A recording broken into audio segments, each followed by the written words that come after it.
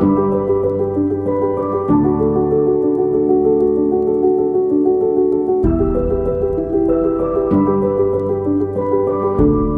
Zealand's median house price is sitting just above $900,000, but Jarden equity analyst Grant Swanepoel expects that figure to drop by about 18% by Christmas 2023. Grant, can you please explain how you landed on that forecast? Well, being an equity analyst, I use the same principles applied to equities, to housing pricing.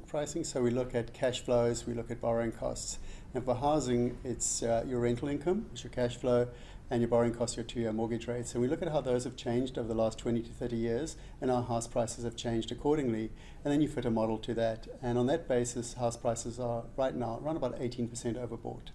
What factors could cause such a slowdown in demand for housing? Well, demand is really driven by your expectation for house price return, and if house price return is going down, so is demand for housing.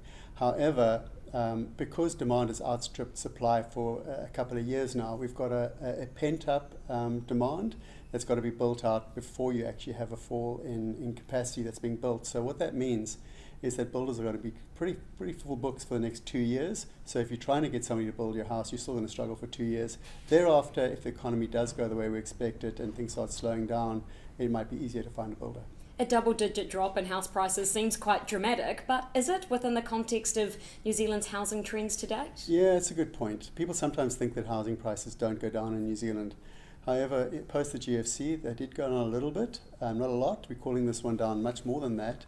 And the reason is because mortgage rates are pretty low right now on the way up, and rentals are pretty stretched in terms of what you can pay. But also if you consider that up until November 2021, when house prices peaked at $965,000, they had gone up almost 50% since 2 years before.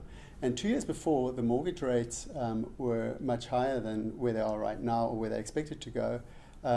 So, it's not that irrational to think that some retracement will occur. Thanks so much, Grant. Pleasure, mate.